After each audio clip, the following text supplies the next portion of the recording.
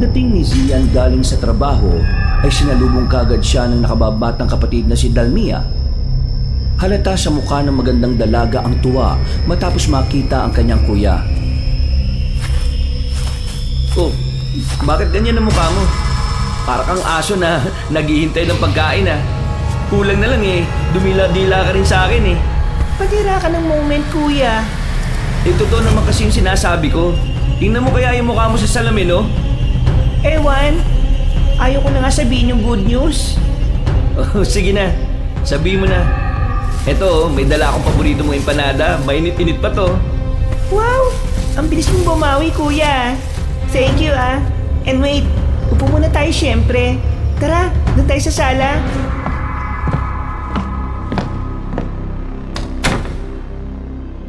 Sabay na nagtungo ang magkapatid sa sala at doon na nga nagpatuloy ng pag-uusap. Maraming sinabi si Dalmia pero hindi naman ito lahat pinakinggan ni Zian.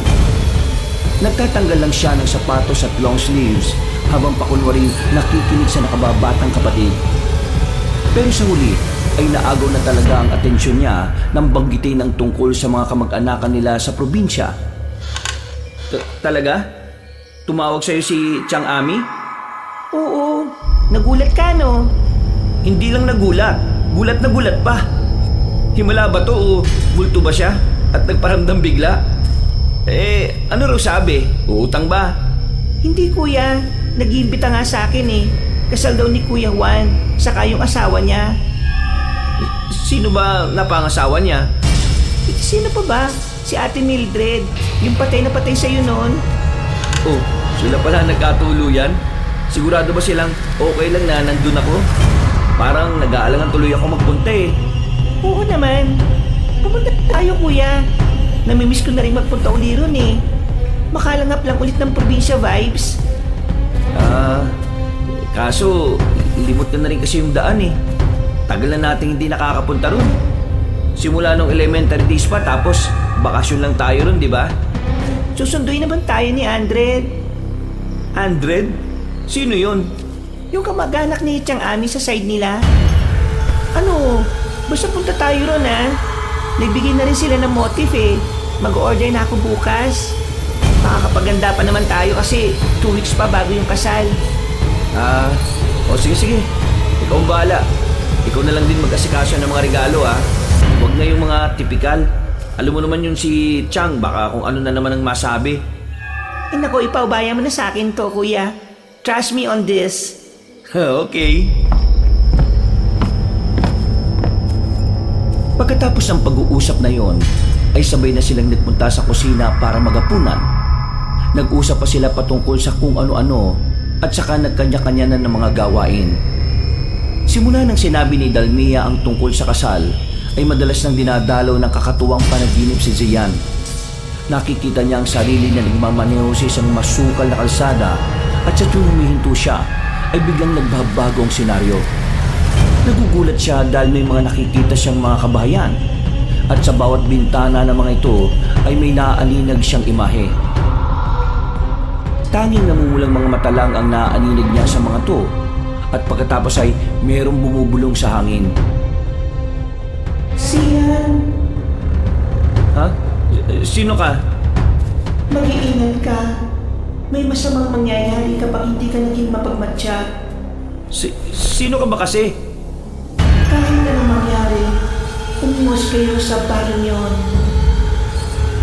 Pagkatapos itong ibulong ng mahiwagang babae, ay biglang mas dumilim ang kapaligiran. At walang ano-ano, mula sa likuran ni Zian ay sumulpot ang malalaking imahe na katatakutan. Hindi niya makita ang pinakakabuuan ng itsura, pero tanging ang mabagsik at namumulang mga mata ang nangingibabaw sa mga yon. Sabay-sabay na lumapit ang mga nakakatakot na imahe at pagkatapos ay sinunggaban siya. Napabalikwas siya ng bangon at napasigaw. Pagkalaon ay saka siya naglibot ng paningin. Nakahinga ng maluwag si Zian nang maintindihan na isang masamang panaginip lamang pala ito. Bakit ba madalas akong binabangungot ngayon? At sino kaya yung bumubulong na yun? Hindi ko maintindihan pero parang pamilyar siya sa akin. Pagkatapos uminom ng tubig, ay bumalik siya sa silid at pinagmuni-munihan ng tungkol sa mahiwagang boses. Nakatulugan na lang niya ito ulit hanggang sa mag-umaga na. Lumipas ang araw, gabi at linggo. Mula sa Maynila ay lumipad ang magkapatid papunta sa probinsya kung saan nga ikakasal ang pinsan nilang si Juan sa mapapangasawa nitong si Mildred. Isang linggo ang hininging bakasyon ni Zian sa kanyang pinagtatrabahuan na naaprubahan naman kaagad. Samantalang si Dalmia ay ipinaubaya na lang muna sa tauhan niya ang maliit niyang coffee shop. At katulad ng napag-usapan, mula sa airport ay sinundo silang magkapatid ng kotse. Ang driver nga ay si Andred, na isa sa mga kamag-anakan ng tiyang amin nila dun sa probinsyang yon. Matagal na panahon na rin hindi nakikita ang magpipinsan, kaya aminin man ni Zian o hindi, ay talagang excited siya na makita ang mga kamag-anakan nila rito. Kahit pa nagkaroon sila noon ng hindi pagkakaunawaan dahil meron kasing attitude ang tiyahin nila. Si Tiyang Ami ay asawa ng kapatid ng tatay nina Dalmia at Zian. Plano sana nila noon na tumira rin sa nasabing probinsya, pero dahil sa pagiging gahaman ng ginang ay nagpasya na silang hindi magtuloy. Nang mamatay ang tatay Abel at tiyo kay nila, doon mas lalong tumindi ang samaan ng loob. Kaya itinuturing talaga na himala ni Zian ang tagpong ito na inibitahan sila ng tiyahin sa kasal. Welcome back sa probinsya namin, Kuya Zian, Ate Dalmia. Grabe, ang pogit, ang ganda nyo na lalo ah. Baka imbis na matuwa si Chang, baka mainis lang yun kasi sa itsura nyo. Kahit simple lang ang dating nyo eh, parang kayo pang may ganap kayo eh. Ikaw talaga, Andred. Makulit ka pa rin talaga eh, no? Real talk lang. Alam mo naman yung Chang natin, inggiterang malalayo, kuis. Oh, di pa rin ba nagbabago si Chang Ami? Ay nako ate, himala na lang makakapagpabago ron. Sakim, madera, inggitera, at lahat na yata ng ere nasa taong yun. Ay nako, pasaway ka. Buti nga't inibitahan kami. Nako ate, inaway-away kasi siya ni Kuya Juan. Dahil gusto talaga ng kuya na imbitado kayo kasi nga special day niya yun. Eh ang Tiyang natin magaling, nagbida-bida na naman. Sinabihan tuloy ng Kuya Juan na hindi naman siya ang ikakasal eh. Ayun, natameme ang Bruhilda. Yun ang bagong tawag namin sa kanya, Bruhilda.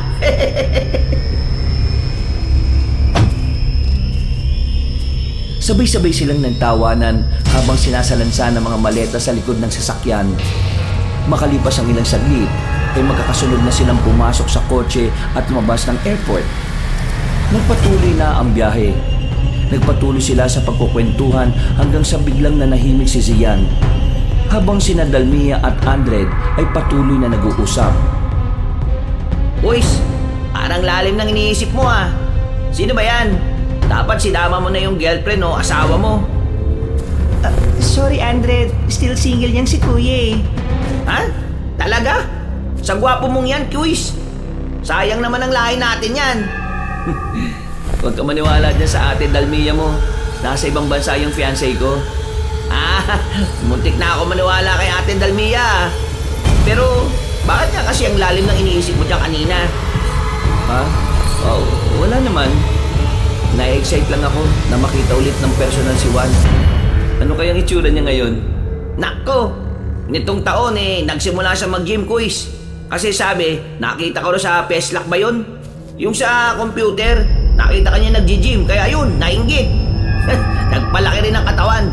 Maskulado na pero hindi pa rin kagwapuan katulad mo eh.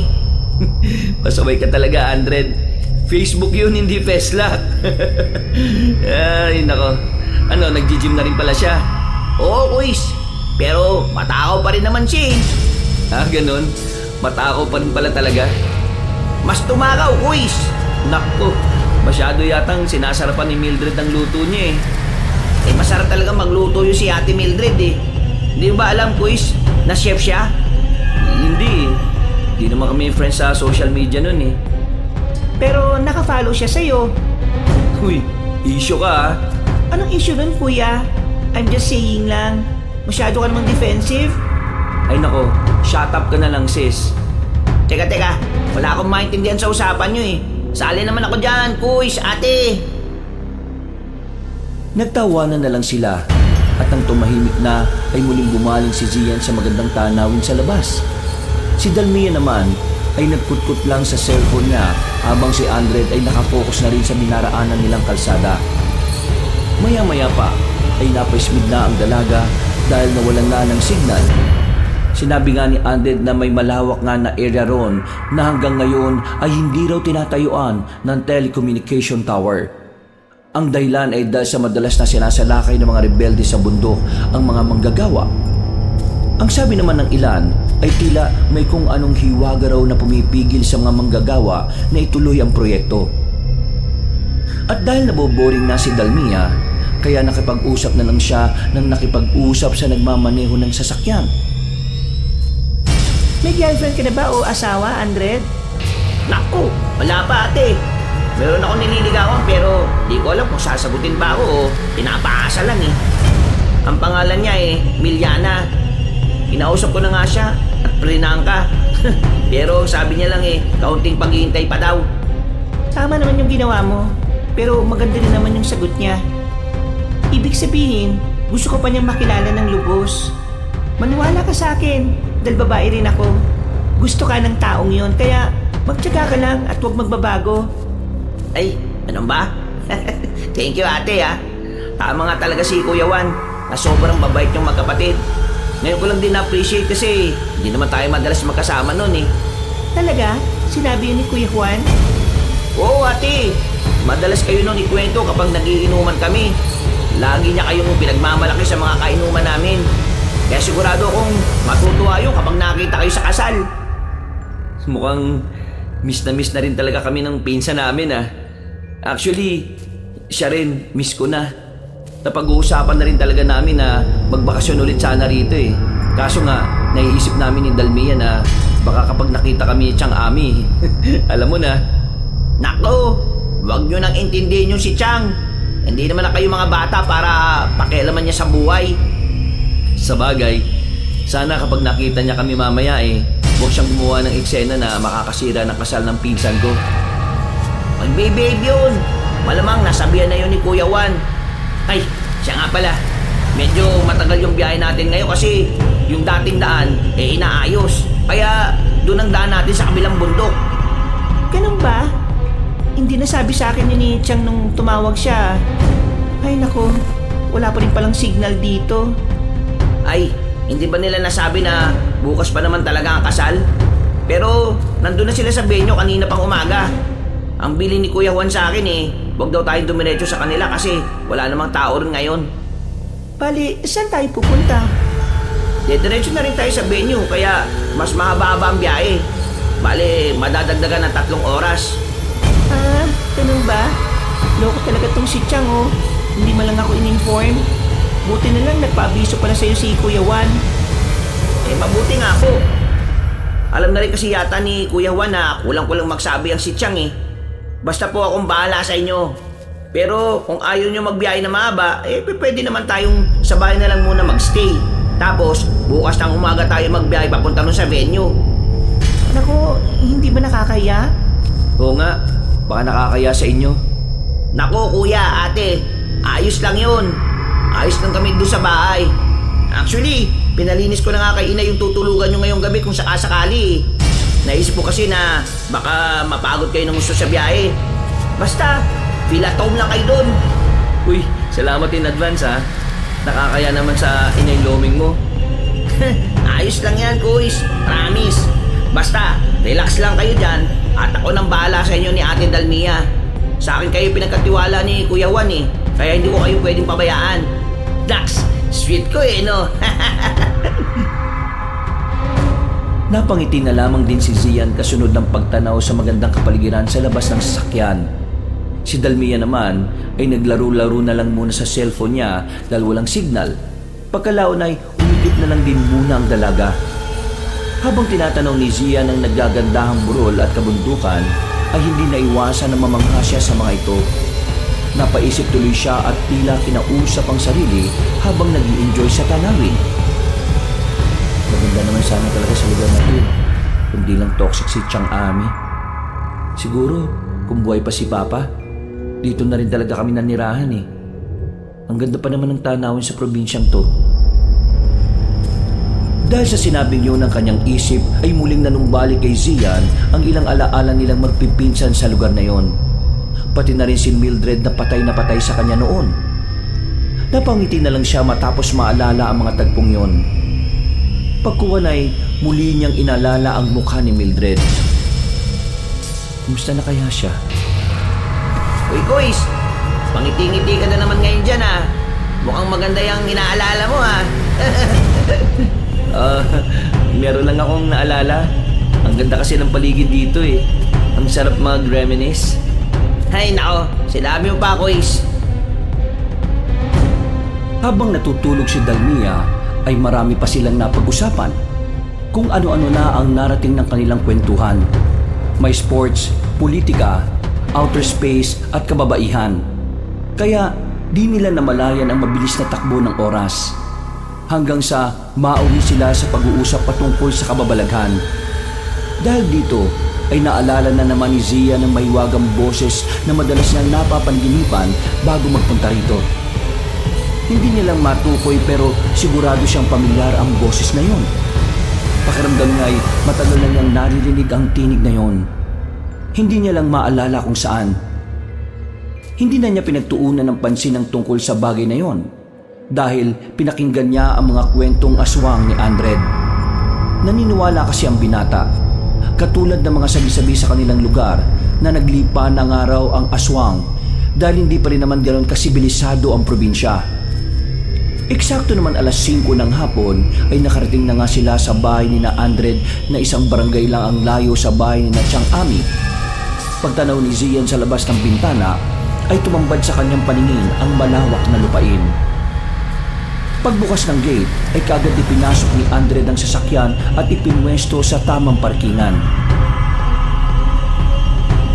Ang laki na pala ng lupain nyo ah, at ang daming bahay. Compound ito ng buong angkan natin, Kuis. Gusto kasi ni Lola Basyang na magkakasama. Kaya yun. Si Chang, bakit ayaw dito? Alam mo naman yun, Kuis. Binigyan siya ng lupain dito pero nalilitan daw siya kaya umayaw. Iba talagang Chang Ami, no? Ay nako, sinabi mo pa. Nandito na ba tayo? Oo, ate. Katulad ng reaksyon ni Zian, namangha ng gusto si Dalmia habang patuloy na nakatingin sa compound na napuntahan nila.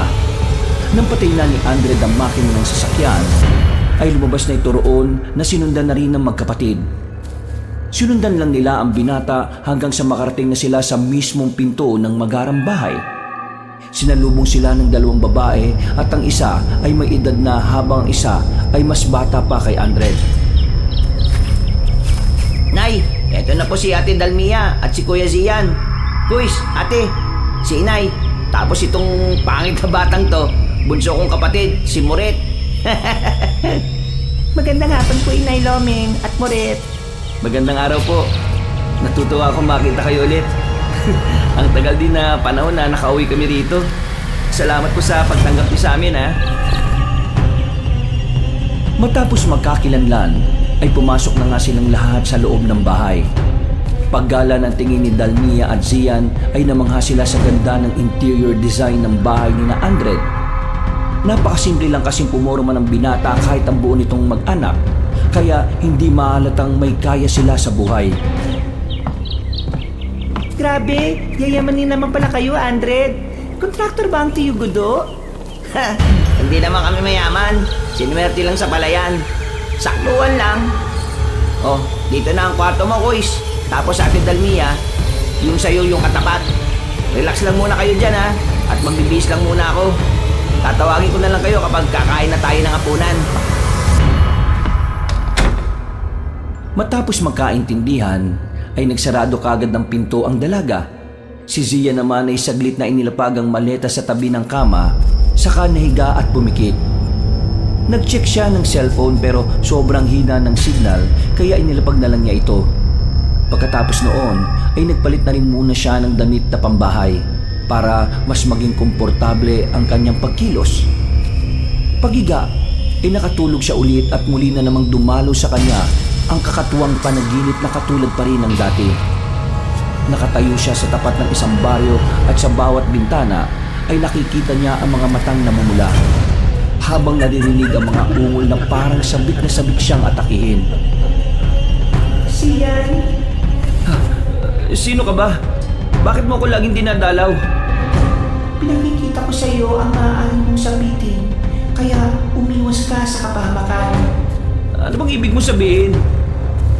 Huwag na kayong tumuloy sa pupuntahan niyo dahil mapapahamak lang kayo. Pagkatapos sabihin ito ng hiwagang tinig ng babae ay biglang kumulog at kumidlat. Pagkatapos nang mapalingon ng binata sa mga kabahayan ay nagulat siya dahil nasa labas na ang nilalang na kanina ay nakasilip lang sa bintana. Sa unang pagkakataon ay nakita niya ang nakakatakot na mukha ng mga yon. Kaya nagimbal siya ng husto. Tumakbo siya ng tumakbo pero ang katawan niya naman ay hindi umaalis sa pwesto. Naabutan siya ng mga halimaw at sabay-sabay na hinawakan hanggang sa makorner siya. Nang dambayin siya ng mga ito, ay napabalikwas siya ng bangon matapos nang maramdaman ang malamig na kamay sa kanyang muka. Kuya, pinapanguot ka na naman yata. Umuungol ka eh. Mabuti na lang talaga at lumabas ako ng kwarto dahil kung hindi, baka kung ano na nangyari sa'yo. Hindi kagad nakapagsalita si Zian at doon na nga biglang nag-sink in sa kanya ang tungkol sa mahiwagang tinig. Naalala niya noon na madalas niya rin itong naririnig bago pa man masangkot sa aksidente ang mga magulang nila. Noon kasing 13 years old siya, ay pinaalbularyo siya ng ina dahil sa dalasang pagkakaroon ng hindi magandang panaginip. Nasabi nga na meron siyang isang gabay diwata na pinangalan ng Diwa. At simula nang painumin siya ng gamot para iwas bangungot, ay hindi na niya naririnig ang tinig. Ngayon na lang dahil nitong nakalipas lang, ay nakaligtaan na niya ang pag-inom ng gamot. Huwag mong sabihin na hindi ka na nagtitake ng gamot mo ah. Ha? Oo eh. Mga isang buwan na. Ano? Kuya naman. Bakit mo naman ginawa yun? Nawawala sa isip ko eh. Kailangan natin bumili niyan ngayon. Baka lumala ka na naman. Naalala mo pa ba yung nangyari sa'yo noon? Namuntikan ka nang mamatay? Ayos lang naman ako. Saka na, pagkatapos ng kasal ni Juan. Huwag kang mag-alala. Dahil maghahanap din ako ng pharmacy drug na mabibilhan dito. Dala ko naman yung reseta ko eh. Napabuntong hininga na lang si Dalmia pero wala na rin naman siyang magawa. Makalipas pa ang ilang sandali ay tinawag na nga sila ni Andred para makapaghapunan. Nang nasa pagkainan na sila ay sinabi na rin ni Inay Loming na mag-enjoy lang sila at wag nang mailang pa. Eksaktong alas 7:30 naman ng gabi ay natapos silang kumain. At dahil maaga-aga pa para matulog, kaya inaya muna ni Aldred ang magkapatid na tumagay kahit tig-2 bote lang ng beer. Hindi naman tumanggi ang dalawa dahil gusto rin nila ito para makatulog sila pare-pareho na mahimbing. Nag-inom silang 3 sa balkonahe sa ikalawang palapag ng bahay at masayang nagkwentuhan habang inuubos ang 6 na pirasong bote ng beer. Matapos ang masayang palitan ng mga kwento, ay nakaramdam na rin ng antok si Dalmia kaya nauna na siyang magpaalam sa 2 lalaki.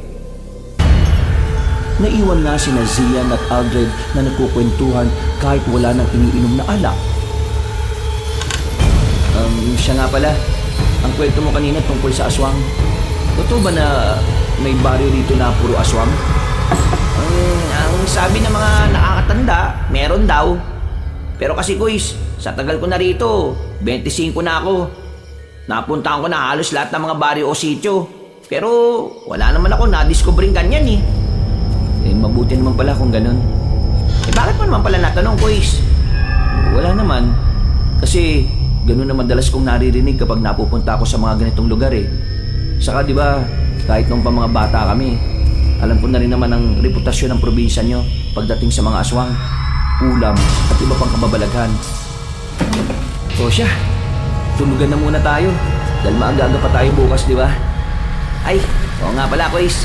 Para makapag-prepare pa kayo ron. Hapon pa naman sisimulan yung kasal eh. Nagtulong na nga sila na magligpit ng mga kalat at pagkatapos ay nagkanya-kanya na sila ng tulog.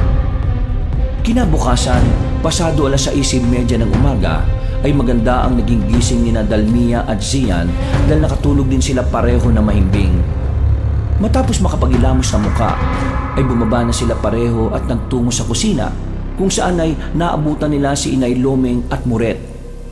Bumati lang sila ng magandang umaga at sinaluhan ng mag-ina sa pagkain. Ang sabi kasi ng ginang ay mga bandang alas 9 pa magigising si Andred. Nakapagkwentuhan pa sila hanggang muling matalakay ang tungkol sa aswang. Hindi rin alam ni Zian kung paano napasok ito sa kwentuhan. Pero narinig na lang niya kay Inang Lomeng na nitong araw nakalipas ay madalas nilang nababalitaan ng tungkol sa pagsalakay ng aswang. Mga 3 o 4 na araw ang nababalita na nawawala mga kabataan dahil dito. Kaya sa buong bayan ay mas tumindi ang curfew na nagsimula nitong nakalipas lang. Dahil dito ay naalala ni Zian ang tungkol sa babala ng mahiwagang tinig sa kanyang panaginip. Pero si Dalmia naman ay parang wala lang. Wala kasing kamalayan ng dalaga tungkol sa bagay na ito. Sigurado ang matipunong lalaki na may katotohanan ng babalang yon. Dahil ganito rin ang nangyari bago maaksidente ang mga magulang nila at ang tsuy na asawa ni Chang Ami. Sana naman walang mangyari masama sa amin. Lord, gabayan mo po sana kami. Ilang saglit pa ay nagising na nga rin si Andred. Umayak kagad ito at nag-almusal at bago mag-alas 10 ng umaga ay umalis na silang 3. Sakay ng kotse ay kaagad na nagmaneho si Andred palabas ng compound. Hanggang sa paglipas ng halos lagpas 15 minutos ay narating na nga nila ang pamilihan. Kuya, ate, baka may gusto muna kayong bilhin ha. Kasi doon tayo dadaan sa kabila eh. Di ba sabi ko kahapon, inaayos yung pinakamalapit na daan dahil may tuloy na nagiba. Hindi rin ako pamilyar sa dadaanan natin ngayon pero ang sabi sa akin ng mga kakilala ko, bukod sa walang signal wala raw halos kabahayan. Baka mauhaw o magutom kayo kasi mahaba ang biyahe natin eh. Mas mabuting bumili na muna tayo ng mga ngata at saka inumin. Pagtango ng magkapatid ay lumabas na nga sila ng kotse para bumili ng kung ano-ano. Nag-ikot-ikot si Zian hanggang sa makakita nga siya ng mga panghimagas. Medyo maraming tao kaya ilang minuto rin silang naghintay bago makabili. Medyo nahirapan pa siyang makipag-usap dahil ang nagbebenta ay hindi marunong sa salitang Tagalog. Mabuti na lang ay merong isang batang lalaking edad 12 anyos na bumili rin at parehong nakakaintindi ng Tagalog at salitang ginagamit sa probinsya. Dahil doon ay nabili rin ni Zia ng gusto niyang panghimagas. Nagpasalamat din siya sa batang lalaki bago umalis doon.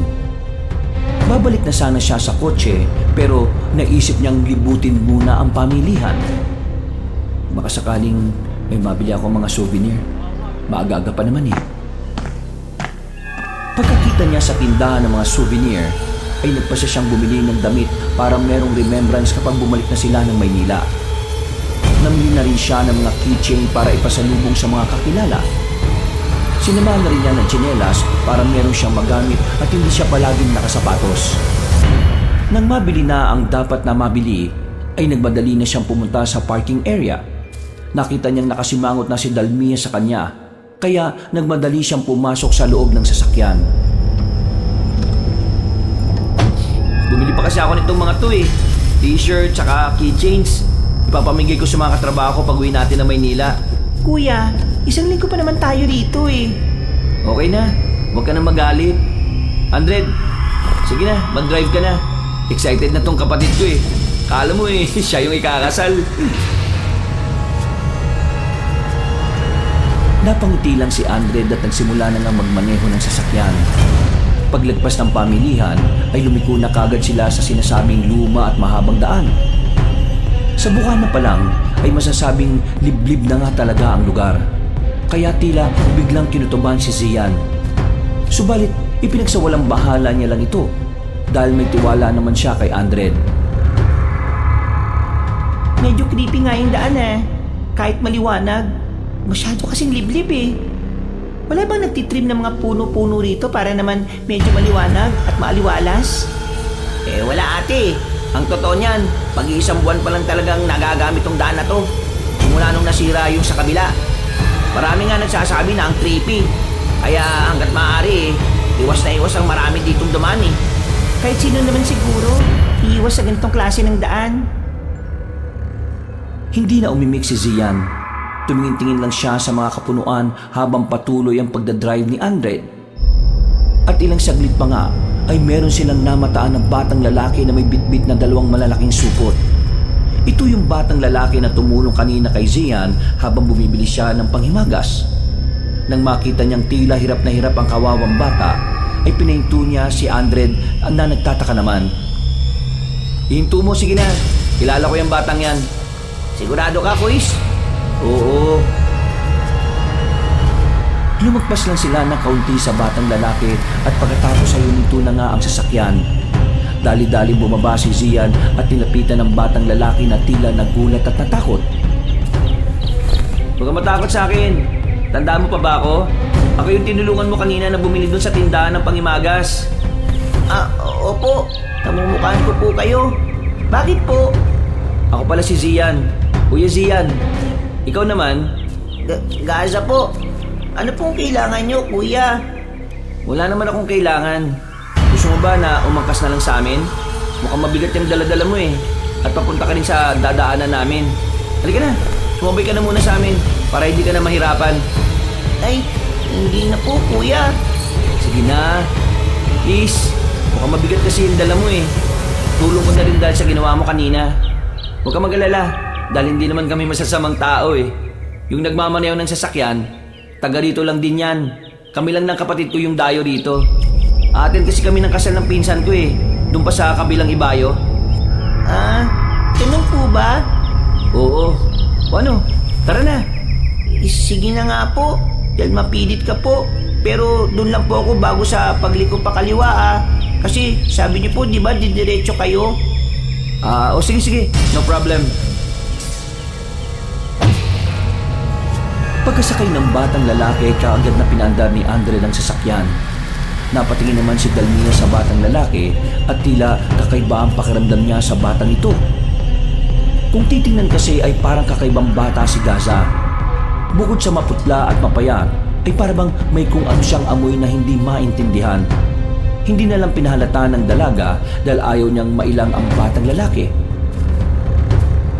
Ibig mong sabihin, kung dito ang daan mo may mga kabahayan din sa banda rito? Opo, meron pong baryo sa banda rito pero looban pa po eh. Looban pa. Kasya naman ang sasakyan. Opo, pero medyo lubak na po yung daan doon at saka pataas. Kaya okay lang po kahit sa bukanan na lang po ninyo ako hihatid. Naku, hindi. Ihatid ka namin mismo dun sa baryo nyo. Di ba, Andre? Okay lang naman basta kaya ng sasakyan. O, di ba? Sabi ko sa'yo eh.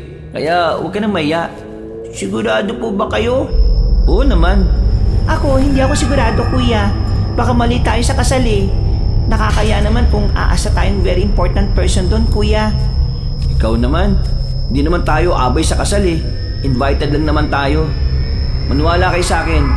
Makita lang tayo ni Juan na mag-attend masayang-masaya na yon. Ay nako, bahala ka na nga. Yan ka na naman kuya eh. Pala desisyon ka eh. Mabigat nga kasi itong dala ni Gaza. Saglit lang naman yun eh. Huwag na po kaya kuya. Nakakaya naman sa kanila eh. Ay nako, huwag mong intindihin yung mga yan. Magtiwala ka sa akin, Gaza. Ihahatid ka namin hanggang sa inyo. Di ba, Andred? Siyempre. Kaya relax ka lang dyan, Utoy. Nagpatuloy na nga sila sa biyahe habang nag-i-enjoy si Zian na kausap si Gaza. Natutuwa siya dahil madaldal rin ng batang lalaki na talagang sumasagot sa lahat ng mga tanong niya. Matagal ka na bang nakatira sa baryo nyo? Opo, doon na po ko lumaki. Parang liblib tong lugar nyo Hindi ka ba natatakot? Sanay na po ako.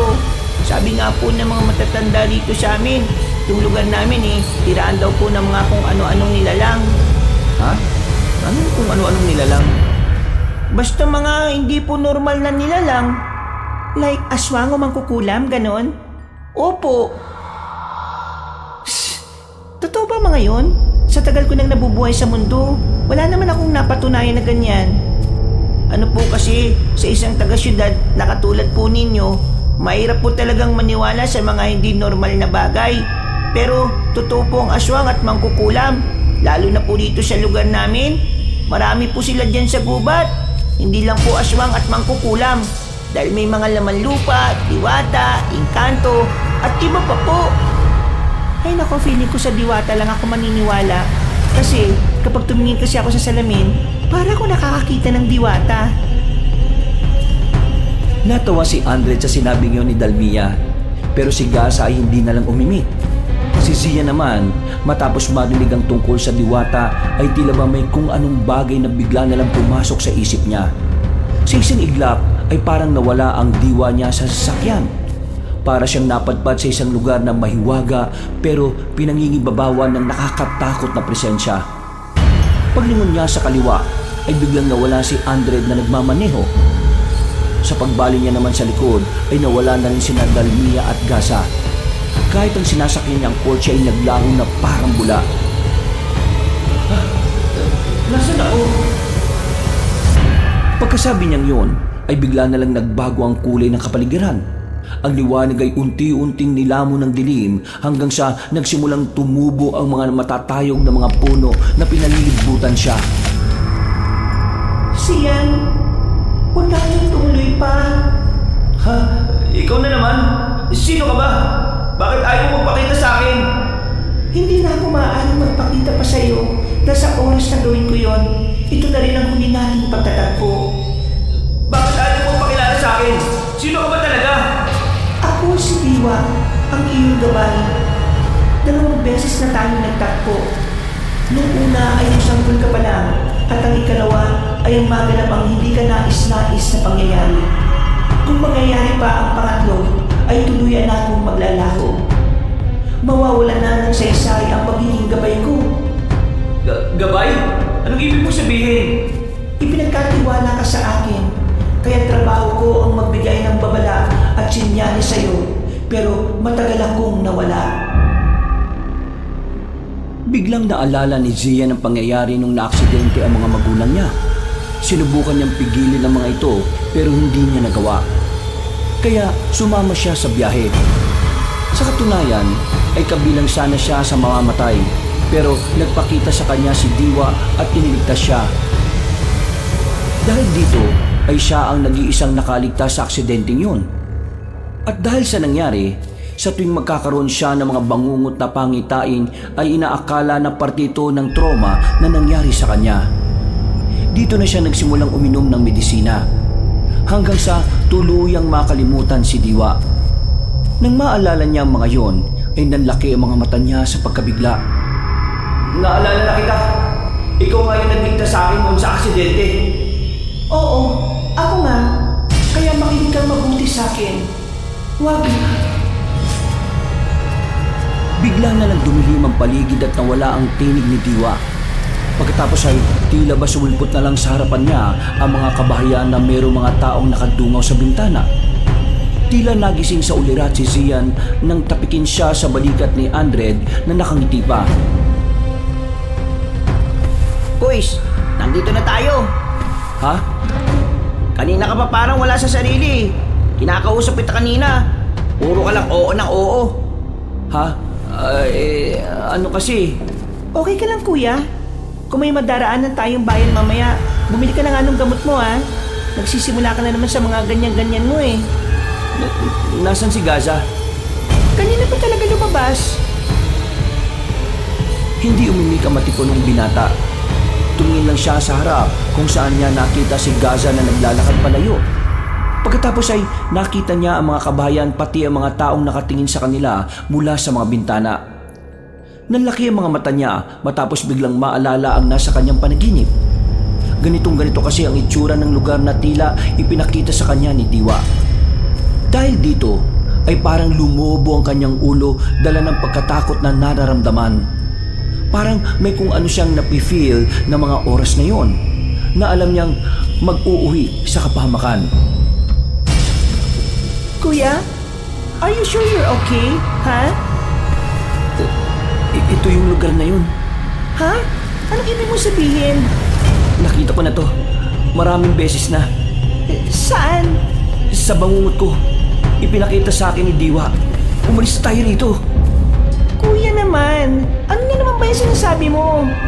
Ito yung sinasabi sa akin ni Diwa na iniiwasang baryo. Andred, please, tara na. Okay po. Nagmaniobra na nga kaagad si Andred ng sasakyan at dali-dali silang umalis sa lugar na yun. Nakahinga sila pare-pareho ng maluwag nang makabalik na sa kalsada.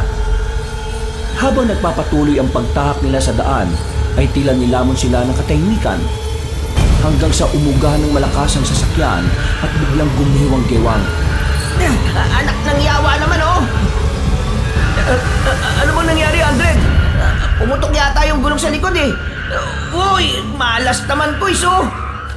Nasaan na ba tayo banda? Hindi ba tayo masyado nakakalayo rin sa sinasabi mong iniiwasang baryo, kuya? Diyos ko po, dapat makalis na tayo dito sa lugar na to. Baka magkatotoo na naman yung sinasabi ni Diwa. Kuya naman, natatakot na ako sa mga sinasabi mo, ah. Sino ba yung diwa na yan? Can you please tell me what's going on here?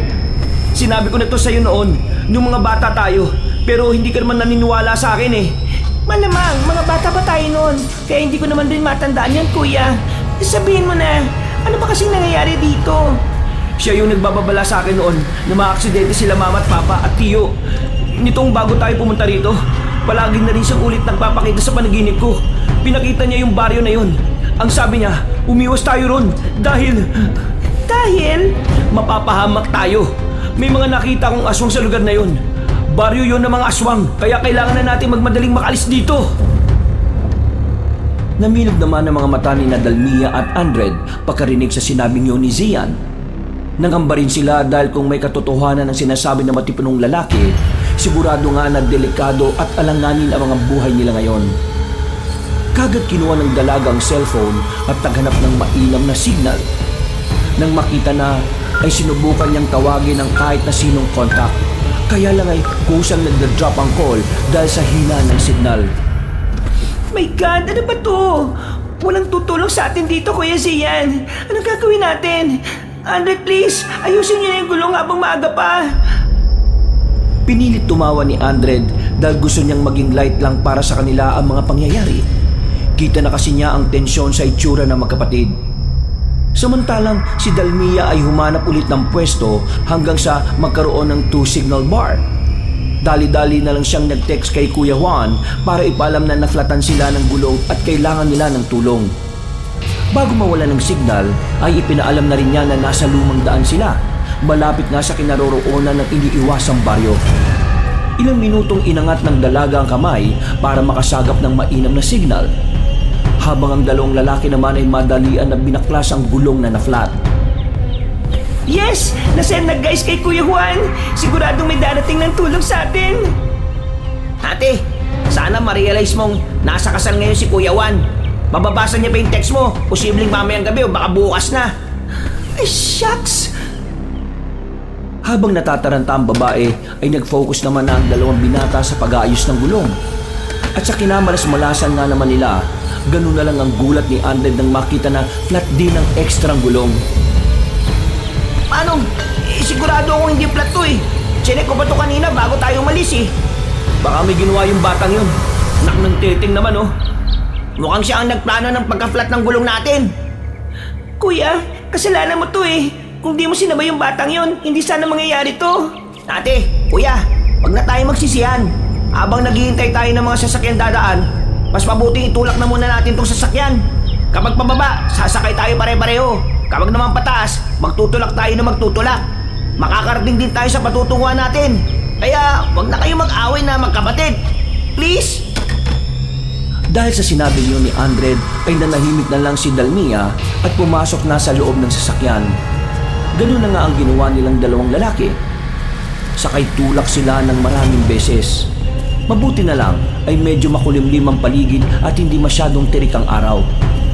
Nagpatuloy sila sa pagsakay tulak hanggang sa madaanan na nila ang matayog at nilulumang arko. Nagkatinginan sila na halata ang kaba at takot sa mga mata nito. Pareho silang napahintod dahil sa kakaibang pakiramdam. Pero pagkalaon ay nagpatuloy pa rin sila sa pagtutulak ng sasakyan. Saglit na tumingin si Zian sa kanyang relo at nagulat siya nang makita na mag-aalas 3 na ng hapon. Saka siya muling napalingon sa nasabing arko at biglang napa-sign of the cross. Kalma lang, Kois. Makakalampas din tayo dito. Kasalanan ko lahat to eh. Huwag mo nang sisihin ang sarili mo. Wala na rin naman tayong mapapala kapag ginawa mo yan, Kois. Salamat ah. Pero kung nakinig lang sana ako sa pangitain ko, kay Diwa, hindi mangyayaring ganito sa atin eh. Magiging ayos lang ang lahat. Tiwala lang, Kois. Maya-maya, may dadaan din namang sasakyan dyan at makakahingi tayo ng tulong. Wala nang umimik sa kanilang dalawa. Tahimik at patuloy na lang tinulak ang sasakyan kahit damang-dama na ang pagod. Si Dalmia naman ay nanatili sa loob at siyang nagmamaniobra ng manibela ng sasakyan. Puspusan na ang dalawang binata sa pagtutulak. Dahil ang tanging nais lang talaga nila sa ngayon ay tuluyang makalayo na sa lugar na yon. At kung papala rin ay makarating sila ng ligtas sa kanilang pupuntahan. Nang makalagpas ng ilang metro sa nilulumang arko, ay sabay na napasulyap doon sina Zian at Andred. Subalit, nalaki ang mga mata nila nang makakita ng 4 na kalalakihan na lumabas mula sa likuran ng mga punong malapit doon. Nakatingin ang mga yon sa kanila habang nakangiti. Nang makita yun ni Zian ay kinumutan kagad siya ng matinding takot. Bigla niya kasing naalala ang nakita sa panaginip. Sila yun! Sila yung mga nakita ko sa panaginip ko. Ang mga ngiti at ganyang klase ng mukha. Ganyan-ganyan yun. Ganun ba, Kois? Oo, Andred. Sigurado ko. Kung ganun pumasok na tayo sa loob ng sasakyan. Hindi na tumugon pa si Zian. Sinunod na lang niya ang sinabi ng nakababatang binata. Sabay silang pumasok sa loob ng sasakyan, saka ito nilak. Nagtaka naman si Dalmia at nang mapalingon siya sa rear view mirror ay naaninag niya ang mga kalalakihan. Dahan-dahang lumapit ang mga yon habang nag-iiwan ng ngiting nakakaloko. Sino mga yan? Saan sila galing? Hindi namin alam, pero magpalit na muna kayo ng pwesto ni Andred.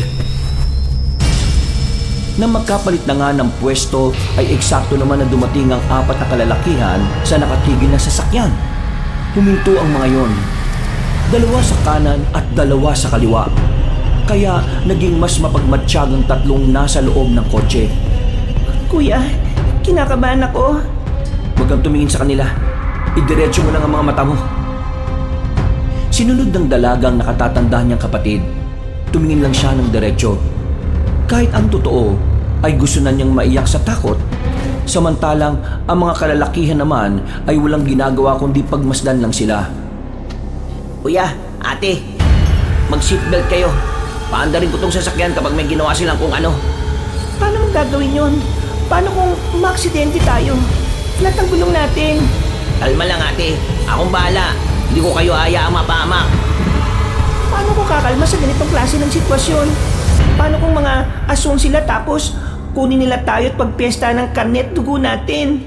Huwag kang mag-isip ng kung ano-ano. At makinig ka sa sinasabi ni Andred. Kumalma ka lang at mag-pray ka. Kuya naman, makakapag-pray pa ba ako kung ganyan ang makikita ko sa labas? Habang tinitingnan ko yung 4 na yan na sa labas, hindi ako makapag-concentrate at makapagdasal eh. E di pumikit ka. Paano kung pagpikit ko, kuya, may bigla silang gawin? Eh nako, ang dami mo namang reklamo. Bakit di mo na lang gawin yung sinasabi ko sa'yo? Eh bakit parang ikaw pang naiinis, kuya? At saka bakit parang kasalanan ko? Eh, ikaw naman ang dahilan kung bakit tayo naipit sa ganitong sitwasyon eh. Sige na, sisihin mo lang ako ng sisihin. Bahala ka. Natigilan na sila sa pagtatalo dahil biglang kumalampag ang likurang salamin ng kotse at pagkatapos nabasag yun. Nagulat sila na may tumalsik na solid na bato. Napapikit din silang saglit dahil sa nagtalsikang bubog. At pagdilat ng mga mata ng magkapatid ay ganoon na lang ang gulat nila dahil nakadungaw na sa nabasag na salamin ng isa sa mga lalaki. Nakangiti yun at kitang-kita sa namumulang mga mata ang tuwa habang nakikita silang natatakot. Hindi na nag-aksaya pa ng oras si Andred. Kahit flat ang gulong ng sasakyan ay binuhay na pa rin ang makina nito. Pagkatapos ay hinarurot niya kaagad ito hanggang sa malampasan nila ang 4 na kalalakihan. Hindi naman umalis ang mga yon sa kanilang pwesto. Nakangiti lang habang pinagmamasdan silang papalayo. At nang tila hindi talaga maganda ang lagay ng gulong ng kotse, ay sinikap ni Andred na kontrolin ng takbo. Pero nagulat sila dahil bigla na lang din sumulpot sa kung saan ang isang nilalang at lumagpak sa bubungan ng kanilang sasakyan. Sa gulat ay nagsigawan silang tatlo hanggang sa maya-maya pa ay napahinto sila. Sabay-sibay silang napatingin at nakiramdam sa kung ano o sino ang nasa bubungan.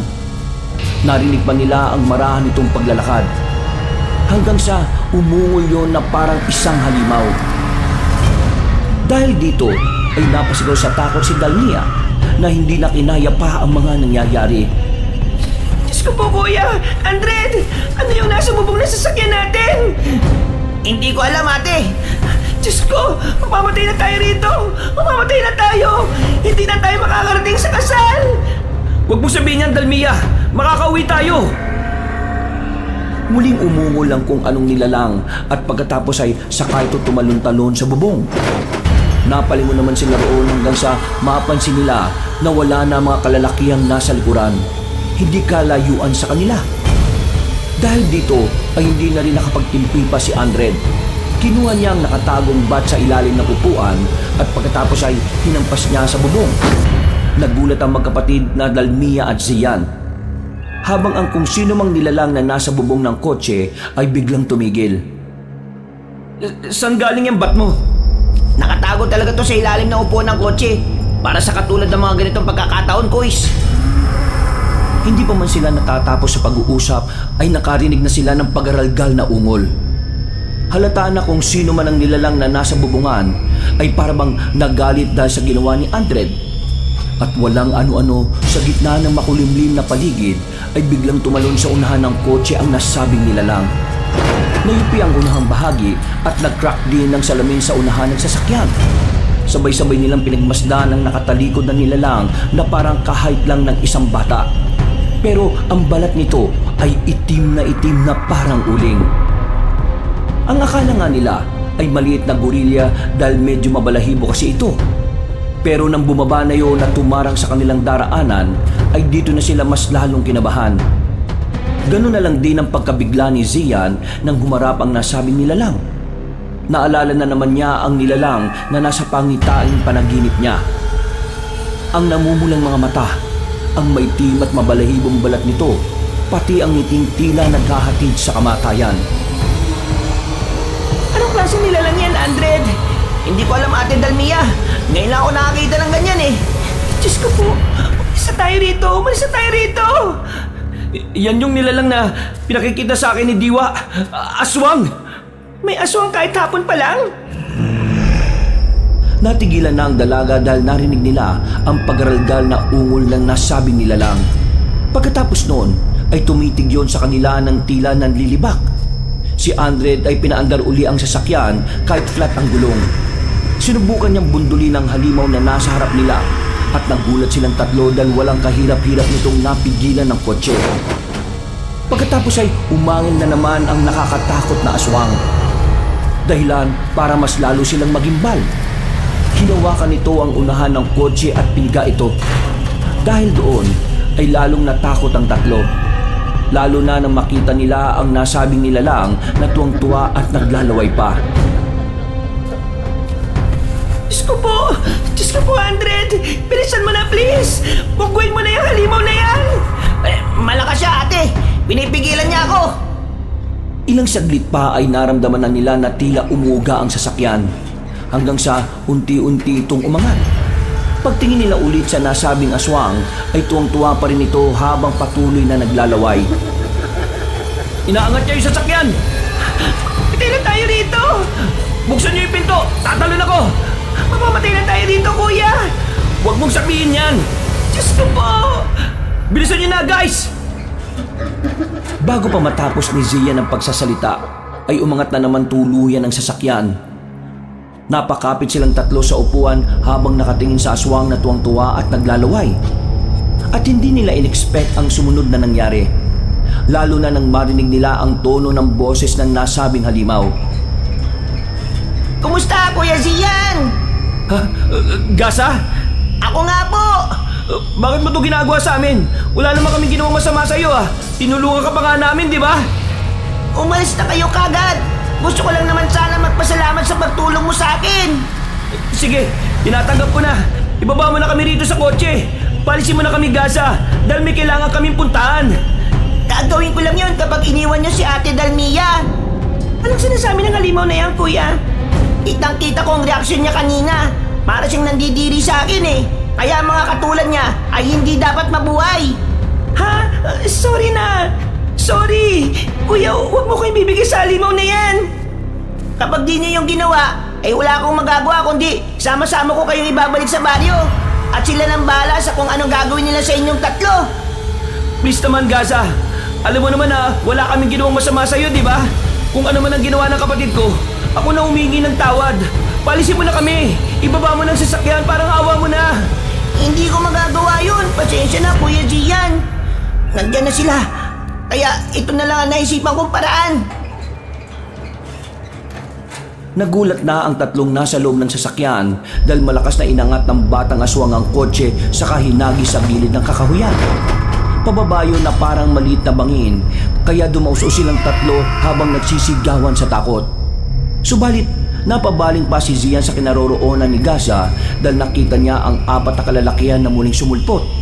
Para bang nakikipag-usap ang mga yon kay Gaza at pilit niyang iniintindi, subalit tuluyan ang dumaus-us ang sasakyan nila pababa. Hanggang sa bumunggo sila sa isang puno, dahilan para tumigil ang sasakyan. Tumama rin ang noo niya sa gilid ng kotse, dahilan para magdilim ang kanyang paningin at mawalan ng malay tao. At habang walang malay tao, ay tila napunta na naman siya sa isang dimensyon kung saan nakikita niya ang malabong presensya ni Diwa. Nasaan ako? Pinalanan kita, Zian. Diwa, ikaw ba yan? Oo, hindi pa huli ang lahat. Bumangon ka na at umalis na kayo habang hindi pa lumulubog ang araw. Ano na ba nangyayari? Nasaan na ba kami? Malalaman mo yan kapag nagising ka na. At sana naman ay makinig ka na sa akin ngayon.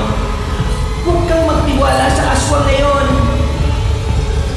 Lumapit sa kanya ang kanyang gabay at saka siya hinawakan sa noo. Dahil doon ay napabalikwas siya ng bangon at ganoon na lang ang gulat niya matapos maabutan ng sarili na nakatago sa bukana ng isang maliit na kuweba. Anong nangyari? Nasaan tayo? Salamat naman po at nagising ka na, kuya. Pansamantala tayo nagtatago dito dahil inaabot tayo ng apat na kalalakihan. Yung mga lalaking uminto at bumasag ng salamin sa kotse kanina. Nasaan ang kapatid ko? Ayun, kuis, sa gilid.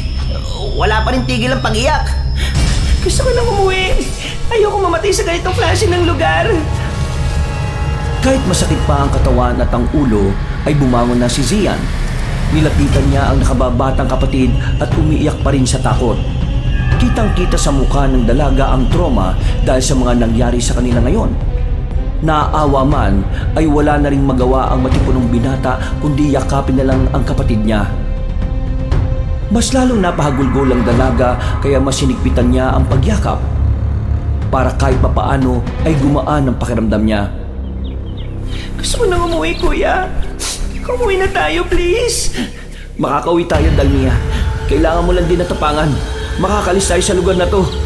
Pero inaabol tayo ng mga nilalang na yon. Nagpakita sa akin si Diwa. Sinabi niyang makakalis tayo dito ng ligtas. Kaya huwag kayong mabahala. Kailangan lang natin mag-ingat. Tara na, bilisan na natin. Pero, kuis, pakagat na ang dilim eh. Ha? Paano nangyari?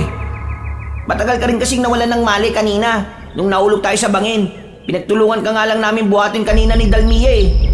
Hindi na nagpakita yung batang aswang pero yung apat na lalaki kanina, sila yung umabol sa atin. Ha? Ganun ba? Naalala ko ngang bigla na may kinuwento noon yung lolo ko tungkol sa mga aswang na may kakaya magpalit ng anyo kahit may araw pa. Meron ba talagang ganun? Oo, kuis. Kambyon adlawan ang tawag sa kanila.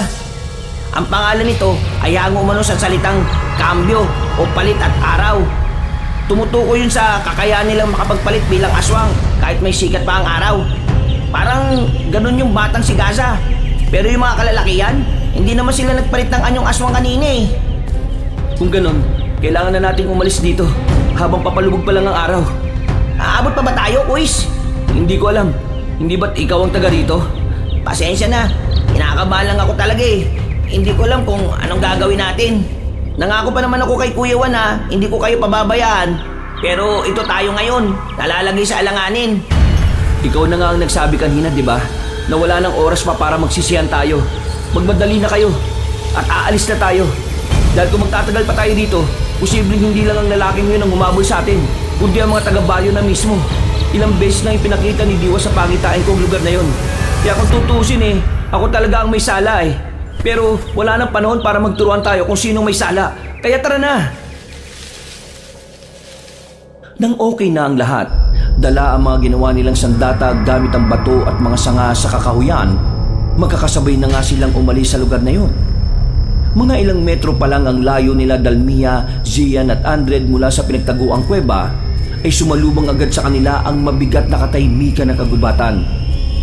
Ang araw ay unti-unti na ngang lumulubog. Tila ba pinapatingkad ang mapula at madilim na langit na parang nagsisilbing babala. Lumulusot ang mga anino ng mga punong kahoy sa kanilang daraanan at bawat tunog ng dahon na natatapakan nila ay ramdam ang nagbabadyang panganib. Kuya, ate, kinakabahan talaga ako. Siguro, mas mainam na sa kuwebang yun na lang tayo magpalipas ng gabi. Parang mas ligtas pa tayo ron eh. Hindi tayo nakakasiguro dyan, Andred. Kasi kung ligtas tayo ron, siguradong nagbigay ng pahiwatig sa akin si Diwa. Pero wala naman siyang ginawang ganun eh. Ganun po ba? Pero hindi ko alam ha. Basta kinakabahan talaga ako, Kois. Pasensya na ha. Walang problema. Huwag na lang tayo maghiwa-hiwalay. At yung mga ginawa nating sandata, alam ko magiging malaking tulong to. Oo, sige. Naintindihan ko. Nantala ang kanilang pag-uusap dahil napansin nilang hindi mapakali si Dalmia. Napansin nila na parang tila ng iba ang dating ng dalaga. Kung kanina ay para itong takot na takot, ngayon naman ay parang na-hyper at lumala ang pagkairita. Bigla tuloy naalala ni Zian na nagiging ganito nga pala ang asta ng nakababata niyang kapatid kapag nasosobrahan ng stress. Alam niyang dahil sa nangyayari sa kanila ngayon ay tila inaatake na si Dalmia na matinding stress. Kaya lumilitaw ito sa kanyang kakaibang kilos. Hindi pa naman maipinta ang dalaga kapag ganito ang kanyang inaasal. Walang ano-ano ay huminto siya at inayos ang damit saka paulit-ulit niyang hinila saka nagkiskis ng mga palad. Kois, anong nangyayari kay ate Dalmia? Bakit parang kakaibang kinikilos niya? Naloko na. Sa palagay ko inaatake na siya ng matinding stress. Matinding stress? Anong ibig sabihin nun? Ang lakit ng katawan ko! Nakakairita! Paano naman ako makakalakad ng maayos kung puro putik ang daraanan natin? Bakit pa kayo nakatingin sa akin ng ganyan? Kuya, Andred, napuputikan na ako rito oh! Minsan, ganyan ang epekto sa kanya ng matinding stress, Andred. Tumingin-tingin ka lang sa paligid at pakakalmin ko lang siya saglit. Ay, sige, Kois. Habang nakatigil ay nilapitan nga muna ni Zia ng nakababatang kapatid na tila iritable pa rin. Alam na rin kasi niya ang gagawin kapag nakakaganito na ang dalaga. Pero syempre, dahil iba ang sitwasyon nila na mas mapanganib, kaya kabado pa rin siya. Kuya, ano ba naman tong lugar na to? Dalmia, makinig ka sa akin. Inaatake ka lang ngayon ng matindi mong stress. Kaya huminga ka lang na malalim. Pakiusap, huwag ka masyadong mag-iingay dahil baka marinig tayo ng mga mahabol sa atin. Ang putik! Putik kasi! Walang gagawin sa yung putik na yan. Paano kung madulas ako, kuya? Paano kung may ahas o kung anong nakamamatay na insekto o hayop? Shh! Kois, may naririnig ako. Umupo tayo at yumukot. Tumigil ang tatlo at mula sa hindi kalayuan ay unti-unti nga nilang naririnig ang tunog ng mabibigat na yabag. Dahil dito ay kaagad tinabihan ni Zia ng nakababatang kapatid at saka yun niyakap habang patuloy ang pagmamasid sa kadiliman. Tila bumalik na sa normal na pagkatakot ang dalaga matapos marinig ang mabibigat na dagundong ng paa. Kaya mas lalong hinigpitan ni Zia ng pag-alo. Si Andred naman ay maingat na lumapit sa kanila habang nakahanda na rin ang sandata. Walang ano-ano ay umalingaw-ngaw ang nakakakilabot na alulong ng kung anong nilalang. Malayo yun at apat na magkakasunod kaya napatingin sa magkapatid si Andred. Alulong na mga aswang yun. baka yun na yung 4 na lalaking humahabol sa atin, Kuis. At bago ko pala makalimutan, kapag dapat malapit ang alulong, ibig sabihin malayo pa sila. Pero kapag malayo ang tunog, ibig sabihin naman nasa malapit na lang sila. Hindi nga nagkamali si Andred dahil walang ano-ano ay sumulpot sa bandang kanan nila ang isa sa 4 na kalalakihan na nasa anyo na ng pagiging aswang. Ilang metro lang ang layo nito. Kaya kitang-kita nila ang mga mata nitong kumikislap na tila naglalagablab na apoy. Bukod pa rito, ang bibig ng aswang ay punong-puno ng mahahaba at matutulis na mga ngipin. Nang makita yun ni Dalmia, ay napatili kagad siya sa takot. Hindi na nagawang takpan pa ni Zian ang bibig niya dahil din sa pagkabigla. Natutuwang napalingon sa kanila ang aswang habang naglalaway ng husto. Halata sa mukha nito ang matinding pananabik na makatikim ng sariwang dugo at karni ng tao. Wala nang inaksayang oras sina Zian at Andred. Tumakbo sila habang akay-akay si Dalmia na tili ng tili dahil sa takot. Kuis, patigilin mo si ate sa pagsigaw. Kahit anong pagtagong gawin natin, kung tili lang siya ng tili, mawawalan din ang saysay Dalmia, please naman, tumigil ka na.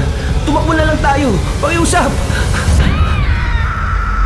Hindi nakinig si Dalmia dahil habang hatak-hatak siya ng kanyang kuya ay sigaw pa rin siya ng sigaw na parang walang pakialam. Tila naghalo na rin kasi ang epekto ng takot at stress sa sistema ng dalaga. Kaya naman ganun na lang ang kanyang reaksyon. Dahil dito ay hindi na rin talaga nakatiis si Andred. Tumigil siya na ikinagulat naman ni Zian habang ang dalaga ay patuloy sa pagsigaw. Ang aswang naman na umahabol sa likuran nila ay papalapit na ng papalapit. Kuis, pasensya na itong gagawin ko. Ate Dalmia, ito lang naisip kong paraan para magising ka sa katotohanan. Sinampal niya ang dalaga na ikinagulat ni Zian, pero tila naging epektibo dahil tumigil sa pagtili ang babae. Yun nga lang ay umatake na ang naunang aswang sa bandang likuran nila. Mabilis itong tumalon at sumunggab kay Andred. Sa taranta ng morenong binata ay nabitiwan niya ang hawak na ginawang sandata. Dahil naman sa pagkagulat ay natulala muna ang magkapatid habang pinagmamasdan lang ang kanilang kasama na pilit na nakikipagpambuno sa aswang. Nagising lang sa ulirat si Zian nang marinig ang malakas na pagsigaw ng tulong ni Andred. Dahil doon ay hinipitan niya ang paghawak sa sandatang ginawa nila at saka inundayan ng wala sa oras ang aswang na umatake sa morenong binata. Tumama ito sa malambot na ulo ng aswang. Isang malakas na sigawang umalingaw-ngaw at bumagsak ito kay Andred. Dali-dali namang inalis ng nasabing binata ang nakapatong na aswang at saka siya umatras. Habang pinapahid ang itim na dugo na kumalat sa kanyang katawan. Patay na ba siya? Hindi ko alam, Kuis. I-check mo! Bago pa matapos ni Zia ng pagsasalita, ay biglang bumangon ng nasabing aswang at gumapang palapit kay Andred. Pero nakuha na ng morenong lalaki ang sandata niya kanina at ito ang ginamit niya. Pinukpok niya naman ang dugo ang aswang at tinamaan ito sa kaliwang mata. Doon ay tuluyan na itong nawala ng buhay na bumagsak at hindi na talaga bumangon pa. Patay na ba talaga? Hindi ko alam, Kuis. Pero tumakbo na tayo habang wala pa yung iba. Ngunit bago pa sila makaalis ay dumating din kagad ang ikalawang aswang. Narinig kasi nito ang pagsigaw kanina ng kasamahang napatay nila. At nang makita ngang nakahandusay na ang naunang aswang at wala ng buhay, umangil ang ikalawang aswang at saka sila sinugod. Tinangka nitong sunggaban si Dalmia dahil yun ang pinakamalapit. Subalit dahil tila wala sa sarili ang dalaga, napatingin lang siya sa aswang. Hindi na rin nagawa ni Zian at Andred na tumakbo palapit para tumulong. Alam nilang huli na. Dalmia, takbo na! Bilisan mo na! Ate, takbo na, bilis! Umalis ka na dyan! Mapapatay ka ng aswang! Ha? Diyos ko po! Napapikit na lamang si Zian at Andred dahil ayaw nilang makita na malapan ng aswang si Dalmia. Pero tila inayunan na naman sila ng swerte.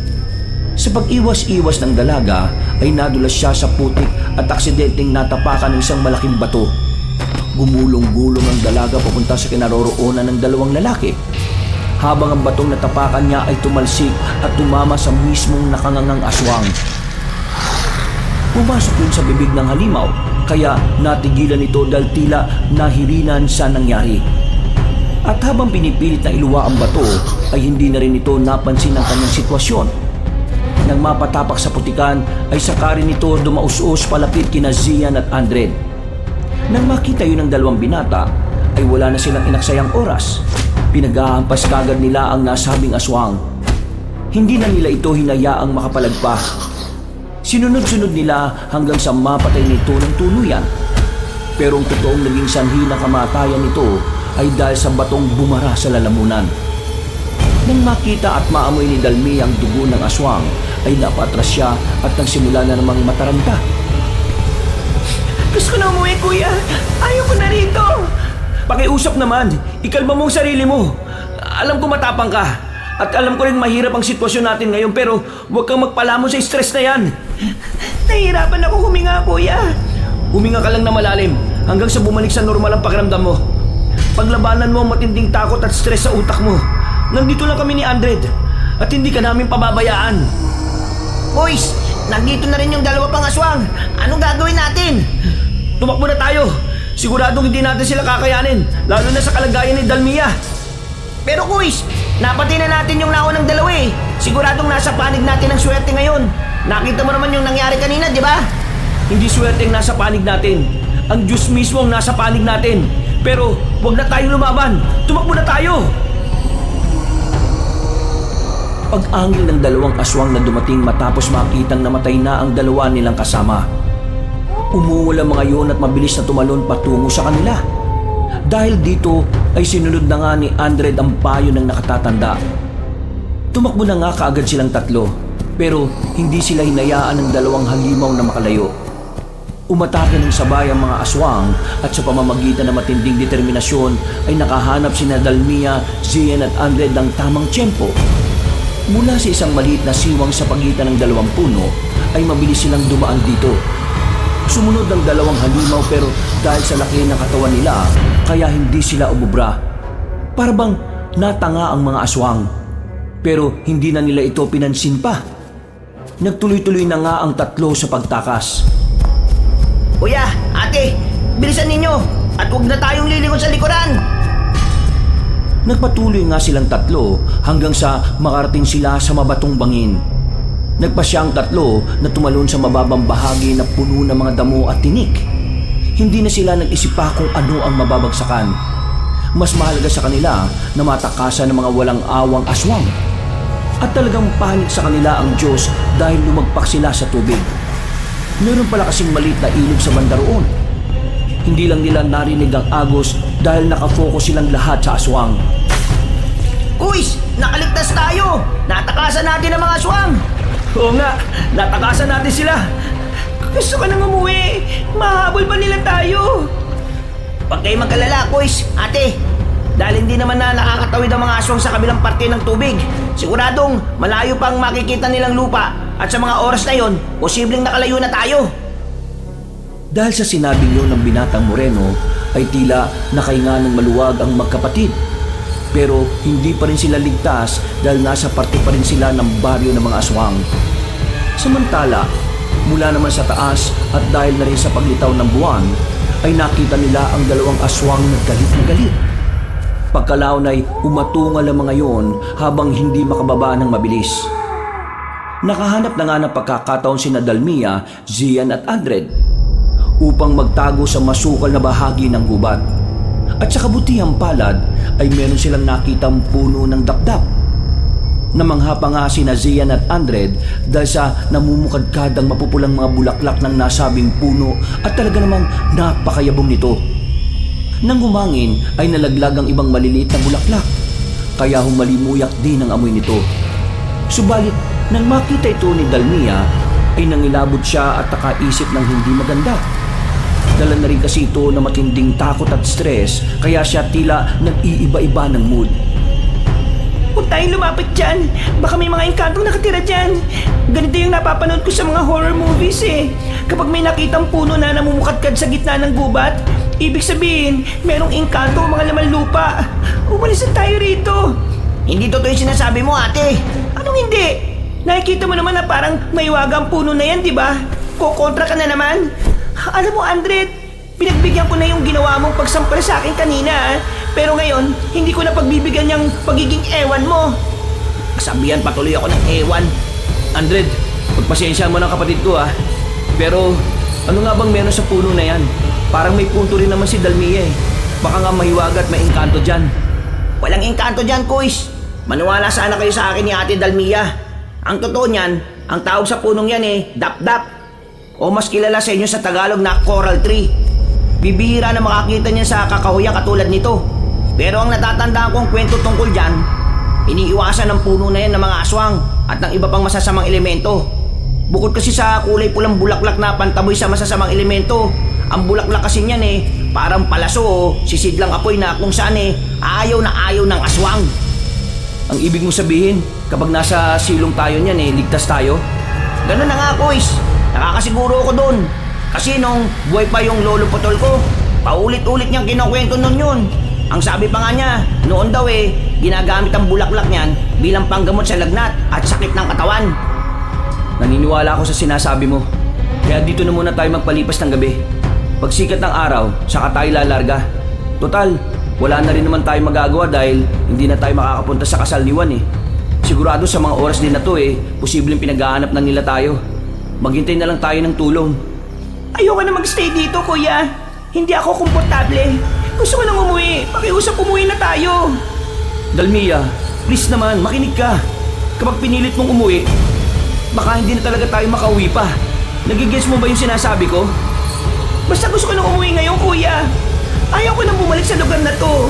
Umuwi na tayo ng Manila. Kung gusto mo nang mamatay, Ate Dalmia, sige, ipagpilitan mo yung gusto mo. Hindi ka namin pipigilan sa gusto mo. Sige na po, alis na.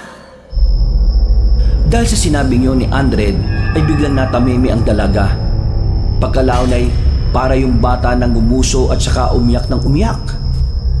Lumapit naman kaagad si Zian para aluin ng kapatid na hindi na maintindihan ang takbo ng mood.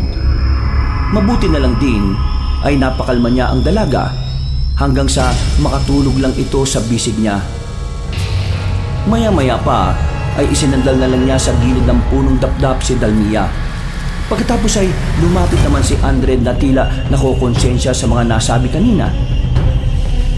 Boys, pasensya na sa mga nasabi ko kay Ate Dalmia kanina. Naintindihan naman kita lalo na sa sitwasyon natin ngayon. Pasensya na rin sa inasal niya. Ganyan talaga siya kapag nasosobrahan siya sa stress. Nagiging ewan ang ugali niya. Nung una rin nauubos ang pasensya ko sa kanya Pero nung pinayuhan ako ng doktor na hindi makakatulong ang ganon, nagtiyaga ako sa tuwing dumadaan siya sa ganyang sitwasyon. Nagpapasensya talaga ako. Kumpara kasi sa akin, mas madali siyang matrigger. Kaya kailangan talaga ng mahabang pasensya. Naintindihan ko rin naman, Kuis. Mahirap talaga ang sitwasyon kapag emosyon na ang umaatake. Teka, napansin ko lang na parang pareho kayong merong pinagdaraanan. Dahil ba to sa aksidenteng nangyari noon sa mga magulang nyo? Pati na rin kay Tio Cain? Oo, dahil nga to sa trauma ng aksidente kay nanay at tatay. Yun ang sabi ng doktor sa amin noon. Pero sa kaso naman, matagal ko na talagang nakikita si Diwa. Yun nga lang palaging sa panaginip lang. Nung siya sa akin nakapagbibigay ng babala, nasabi ko na nga rin na sabi ng albularyo noon na siya ang gabay ko. Malaking tulong din siya, Kuis. Sana nga lang matulungan niya tayo ngayon dito sa sitwasyon natin. Yan nga ang dasal ko Andred. Ay teka, maiba tayo. Ligtas naman talaga tayo dito sa silong ng punong dapdap, di ba? Oo, Kuis. Nakakasiguro ako. Itataya ako ang sarili kong buhay. Grabe naman ang sariling buhay. Naisip ko lang, kung safe naman tayo dito, siguro magpahinga na rin tayo pareho. Mas okay siguro kung magpalitan na lang tayo. Okay pa rin na merong isang gising sa atin para makapagbantay sa palibot nitong puno. Ligtas nga tayo rito at hindi tayo malalapitan ng aswang, pero kung may gawin silang kakaiba, baka mapano tayo. Oo, sige. Tama. Ikaw na munang matulog. gigisingin ko na lang kayo kapag may napansin akong kakaiba. Sigurado ka ba, Kuis? Oo, sige na. Umidlip ka na. Para pare-pareho tayong may lakas. Hindi na tumutol pa ang morenong binata. Sumandal siya sa puno ng dapdap at nagpahinga. Wala pang 3 minuto ay narinig na ni Zia ng paghilik noon, kaya napaismid siya. Sana all, mabilis makatulog sa kahit anong sitwasyon. Ay, nakakaingit naman tong si Andre do. Tumayo ang matipunong lalaki. Pagkatapos ay nag-inat-inat siya ng katawan para mawala ang antok, pagod at gutom na nararamdaman niya. Pagkalaon ay naglakad-lakad din siya at inikot ang nasabing puno para masigurong makita kung may panganib o wala. At nang nasa kabilang parte na siya ng puno ay biglang merong kumalsko sa harapan. Natigilan siya at napatitig sa halamang tila umuuyog-uyog. Hanggang sa may lumitaw na nilalang doon. Ganun na lang ang pagkabigla niya nang makita si Gaza na nasa anyong kambyon adlawan. Hindi siya kagad nakagawa ng hakbang. Natulala at nagulat kasi siya sa batang aswang. Napalunok siya habang nangingilabot ang buong katawan. Alam niya kasi kung gaano kalakas ang batang aswang. Siguradong kapag inatake sila nito ay tiyak na ang kanilang kamatayan. Kumusta, Kuya Zian? Kung kinukulit mo pa rin ako tungkol sa pagsuko ko sa kapatid ko, hindi ko gagawin yon. Patayin mo na lang ako. Patayin mo na lang kami. Pero sinisiguro ko sa'yo na hindi kami basta-basta magpapatalo. Malamang sa nabalitaan mo na ang nangyari doon sa 2 sa 4 mong kapwa aswang. Napatay namin sila ng walang kahirap-hirap. Anong nakakatawa ha? Natutuwa lang ako, Kuya Zian. Nakita ko kasi yung mga nangyari na yun eh. Ha? Anong ibig mong sabihin na nakita mo kami? Nakatingin lang ako sa mga nangyayari. Ano? Ano ba pinaplano mo? Bakit hindi nyo na lang kami tigilan at hayaan na lang kami makaalis sa lugar na ito? Hindi basta-basta gagawin yun ng mga aswang sa baryo. Pero hindi ko naman talaga kayo intensyon na saktan, Kuya Zian eh. Hindi intensyon na saktan? Narinig mo ba yung sarili mo? Yung ginawa mo sa amin sa kotse namin? Munti ka na kami mamatay. Ginawa ko yun para mailigtas kayo sa mga taga-baryong aswang. Kung hindi ko ginawa yun, siguradong kanina pa kayo pinagpiestahan ng mga taga sa amin. Para mailigtas kami? Kung gusto mo kaming iligtas, dapat tinulungan mo na lang kami. Hindi ko naman pwedeng gawin yun bilang anak ng pinuno ng Kambyon Adlawan. At wag mo na rin isisi sa akin ang nangyari sa inyo. Una sa lahat, ikaw ang nagpilit na ihatid ako sa baryo. Kaya kayo nakita ng mga taga sa amin. Yung tulong na ginawa nyo, binawi ko lang at ngayon naparito ko para paalalaanan ka. Totoo nga mga aswang ay hindi lumalapit sa punong dapdap. Pero ang mga sandata nila ay madali lang makalusot. Yun ang plano ng mga aswang. Kaya huwag kayong magpakampante. Habang may oras pa, umalis na kayo. Malapit na kayong makarating sa ligtas na lugar eh. Ha? Ganun ba? Salamat ha. Hindi mo kailangan magpasalamat dahil sa susunod na makita tayo, Kuya Zian, siguradong kamatayan nyo na. Uling paalala ko lang ha, pagsapit ng kalahating oras, siguradong matutuntun na kayo ng mga aswang at hindi sila kasing tanga ng mga napatay ninyo. Pagkasabing yun ay tumalikod na ang batang aswang at naglaho na lang sa dilim ng kakahuyan na parang bula. Saglit na nilamon na matinding katahimikan ng paligid. Matagal na napatanga si Zian habang tila nakatingin sa kawalan. Naantala lang siya nang makarinig ng malakas na huni ng kwago at tiyaw ng mga paniki mula sa hindi kalayuan. Dahil dito ay parang mas nadagdagan ng takot na nararamdaman niya.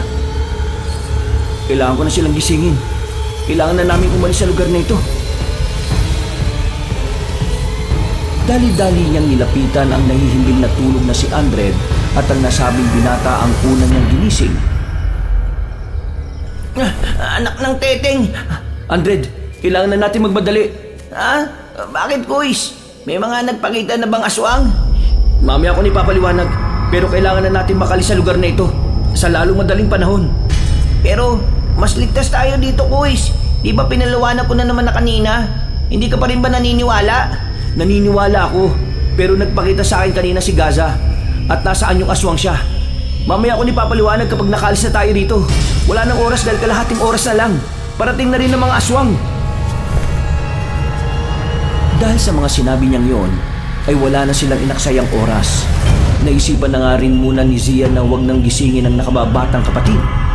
Pinasan na lamang niya ang dalaga at saka sila nagpatuloy sa pagtahak ng masukal na daan. Habang binabagtas ang kakahuyang pinaliliwanag lang ng buwan, doon na nga sinabi ng matipunong binata ang mga sinabi ng Kambyon Adlawan. Simula sa totoong pakay nito at sa magandang balita na malapit na silang makalabas sa lugar na yon. Dahil dito ay nabuhayan si Andred. Nagmadali na nga sila habang nagmamasid-masid sa paligid. Hanggang sa makarinig na sila ng malalakas na alulong ng aswang na parang ang lapit-lapit lang talaga. Huwag ka mag-alala, Kuis. Ibig sabihin ng malapit na ingay ng aswang malayo pa sila. Kung naririnig na natin ang alulong ng mga aswang, ibig sabihin lang nun na dapat na nga tayong kabahan. Tara, bilisan na natin! Nagpatuloy na nga sila hanggang sa marating ang tila tuktok ng burol. Mula sa hindi kalayuan ay nasipat na nila ang ilang kumukuti-kutitap na ilaw ng mga kabahayan. Nakatinginan sila, nakitang-kita ang tuwa sa mga mata.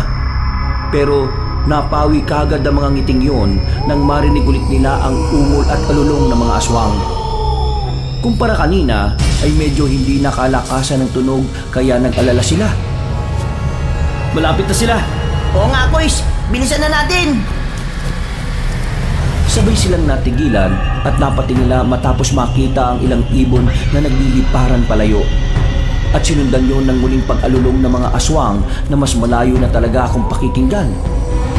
Nang pababa na sila sa burol ay eksakto namang naalimpungatan si Dalmia. Dahil dito ay natigilan si Zian na napatingin sa nakababatang kapatid na pasan-pasan niya. Ilang saglit pa ay bumaba na ang dalaga at tumingin-tingin sa paligid. Medyo nailang pa nga ang morenong binata sa kanya dahil naalala na naman ito ang pagsampal kanina. Pero parang bumalik na sa dating wisyo si Dalmia na parang hindi na naalala ang mga nangyari. Anong nangyari? Nasaan na tayo, kuya? Malapit na tayo sa ligtas na lugar. Nakikita mo ba yung mga ilaw na yon sa hindi kalayuan? May mga kabahayan na, kaya kaunting tiis na lang.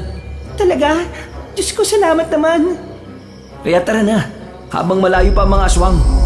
Sige, kuya. Nandiyan na sila! Ayun! Sa banda ron! Napatingin ang magkapatid sa direksyon ay tinuro ni Aldred. Doon nga ay nakita nila ang 2 sa 4 na aswang na natira kanina. Pero katulad ng babala ni Gaza kanina, meron pang ibang kasama ang 2. May 3 aswang na mas malalaki na nasa likuran nila. Ang isa na nasa gitna ay meron pang pakpak na ikinakampay-kampay nito. Dahil doon ay mas lalo silang naalarma. Ano na naman ang isang yun? Manananggal ba yun? Pasensya na, pero hindi ko alam, Kuis. Sa kanya na pagtalunan kung ano yan. Bilisan na natin. Para mas maging mabilis ay umupo na sila at nagpaduus-us sa damuhan ng burol. Naging epektibo naman pero mabilis pa rin silang nahabol ng aswang na lumilipad. Dahil dito ay mas lalong naalarma ang 3. Lalo na nang umungol ang nasabing aswang na pagkalaon ay bumulusok palapit sa kanila. Mauna na kayo, bilis! Ano ka, kuya? Huwag na munang maraming tanong, bilis na! Pinigil nga ng matipunong binata ang sarili sa pagdaus-us at saka pinauna ang nakababatang kapatid na kasunod ni Andred.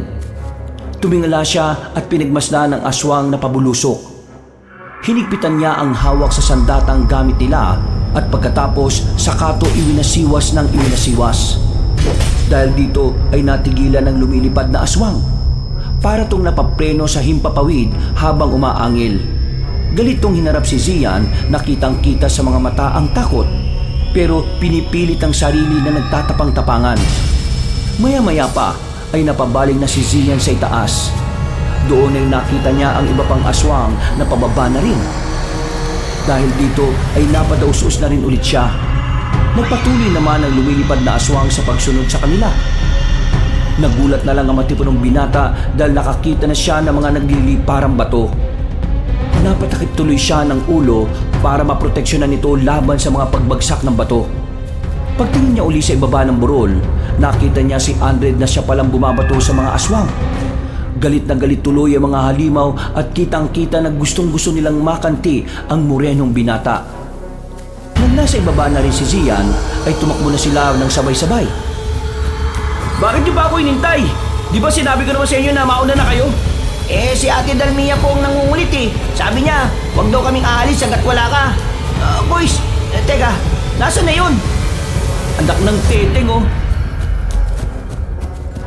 Tumakbo na sila palayo, pero hinahanap pa rin nila kung saan nagpunta si Dalmia. Dahil tuloy dito ay hindi na nakapag-concentrate si Zian sa pagtakas sa mga aswang. Natuon na kasing atensyon niya sa nakababatang kapatid. At ilang saglit pa nga ay narinig na nila si Dalmia na sumisigaw at humihingi ng saklolo. Dali-dali nilang tinungo ang kinaroroonan ng dalaga. Pero sa kasamaang palad ay may mga aswang nang humarang. Dahil dito ay nagkahiwalay din tuloy ng landas si Zian at si Andred. Mas marami rin ang sumunod sa morenong binata kaysa sa matipunong lalaki. Patuloy pa rin ang pagsigaw ng tulong ni Dalmia. Nang malapit na siyang matunto ng nakatatandang kapatid, ay sumunggab na nga sa binata ang isang aswang. Nagpagulong-gulong sila at nagkaroon ng pambuno. Hanggang sa makakalmot si Zian sa bandang hita at tagiliran. Dahil dito ay tumagas ang masaganang dugo. Nang maamoy ito ng halimaw ay mas lalo lang itong nasabik na mapatay siya. Hindi ininda na matipunong binata ang sakit. Gamit ang kanyang lakas, bago pa siya makagat sa leeg ay sinipa niya sa tiyan ng aswang. Pagkatapos ay sa kanya ito inundaya ng sandatang hawak. Tinamaan yun sa mukha pero daplis lang. Napatras ang aswang kaya dali-daling bumangon si Zian habang iika-ika. Narinig pa rin niya ang nagmamakaawang sigaw ni Dalmia. Kaya hindi pa rin niya maiwasan ng mapasigaw. Dalmia, papunta na ako! Kaunting hintay na lang! Subalit ngumisi ang aswang habang sinasabi ng mga mata na hindi siya nito patatakasin. Nagsalubungan sila ng lakas hanggang sa muli na naman silang nagpagulong-gulong sa maputik na sahig. At sa ikatlong pagkakataon ay muling nakalmot ng aswang si Zian sa bandang mukha. Dumugo yun, pero hindi pa rin niya alintana ang sakit. Nakatuon ang atensyon niya sa pagpatay sa aswang at pagliligtas sa nakababatang kapatid. Mamamatay ka ng aswang ka! Unyemas ka! Gamit ang buong lakas ay iwinasiwas niya ang sandata at tumama ito sa mismong mukha ng aswang. Malakas ang impact kaya dinig na dinig ang pagkadurog ng panga ng halimaw. Nagtalsikan ang dugo nito at nang mapadikit sila sa malaking puno, sa kanya tinuloy-tuloy ang paghampas hanggang sa madurog ang ulo nito. Kasunod nito ay ang pagkabali rin ng sandatang gamit niya. Binitiwan na niya ito dahil hindi na talaga mapapakinabangan. Nang masigurong wala ng buhay, ay nagmadali siyang tumakbo sa kinaroroonan ni Dalmia. Subalit ganun na lang ang gulat niya dahil eksakto naman na ginagit na ang dalaga ng lumilipad na aswang. Kuya! Ayaw ko mamatay sa aswang! Bitiwan mo ako! Bitiwan mo ako! Walang yakang aswang ka! Ibalik mo ang kapatid ko! Animal ka! Papatayin kita! Papatayin kita kapag may ginawa ka masama sa kanya! Pero sa halip na gawin yon, ay mas lalo lang hinigpitan ng aswang ang pagkakakapit sa magkabilang balikat ni Dalmia. Hindi na lang sa takot, kundi dahil na rin sa sakit na nararamdaman kaya nagsisisigaw ang dalaga. Wala namang magawa si Zian kundi pagmasdan na lang ang kapatid na tangay-tangay papalayo ng aswang. Halos maiyak na lang din siya dahil hindi na niya alam ang gagawin. Kumuha siya ng mga bato at sinubukang batuhin pero hindi naman umaabot. Hanggang magulat na lang siya sa huling pagbato. Umiktad ng aswang. Narinig niyang nagsisigaw na si Dalmia dahil bigla siyang nabitiwan ng kalaban. Sabay silang bumulusok pababa. Anong nangyari? Anong ginawa ko? Tinamaan ko ba siya? Tumakbo na siya papunta sa pinagbagsakan ni Dalmia at nakita niyang kapatid na swerteng nahulog sa isang mayabong na puno. Hindi napilayan ng dalaga pero marami siyang gasgas sa katawan dahil sa mga sanga. Kuya, tulong! Tulungan mo ako! Nandito na ako, Dalmia! Ibababa kita dyan! Ayaw ko mamatay dito, kuya! Hindi ka mamamatay! Hindi tayo mamamatay dito! Malapit na tayo sa ligtas na lugar! Subalit natigilan si Zian nang maaninag mula sa hindi kalayuan si Gaza. Ganun na lang ang gulat niya nang makita na hawak na nito sa kaliwa ang putol na ulo. Habang sa kanan naman ay ang mga pakpak ng aswang kanina. Doon niya napagtanto na hindi ang pagbato niya ang dahilan kung bakit nahulog ang aswang kanina, kundi inatake pala ito ni Gaza. Sa madaling salita ay tinulungan siya ng batang aswang. Pero sa kabilang banda ng utak niya ay nag-aalangan pa rin siya dahil naalala niya bigla ang huling usapan nila ng Kambyon Adlawan. Sa susunod na makita tayo, Kuya Zian, siguradong kamatayan niyo na. Naloko na. Delikado ang batang aswang na to. Siguradong papatay niya na kami. Ano pang tinatayo-tayo mo dyan, Kuya Zian? Tulungan mo na si Ate Dalmia bago pa kayo marinig ng iba pang aswang na papunta rito. Ha? Hindi mo kami papatayin katulad ng sinabi mo sa akin kanina? Kung gusto kong gawin yon, doon pa lang sa sasakyan nyo. Ginawa ko na dapat yon. Kaya bilisan nyo na bago pa magbago ang isip ko. Sige, salamat ah. Huwag na kayong babalik sa lugar na to. Sana hindi ko na kayo makita pa. Magmadali na kayo dahil may mga nakita na akong mga tao malapit sa dulo ng kakauyan. Makakahingi na kayo ng tulong doon. Tumango na lamang si Zian at pagkatapos ay dali-dali niyang inakyat sa puno si Dalmia. Nananahimik na at nawalan ng malay ang dalaga dahil sa takot. Magpapasalamat pa ulit ang matipunong binata pero nawala ng parang bula ang batang Kambyon Adlawan. Binuhat na niya ang nakababatang kapatid palayo sa lugar na yon. At nang malapit na sila sa dulo ng kakahuyan ay nakita niya ang dalawang aswang na nakatayo.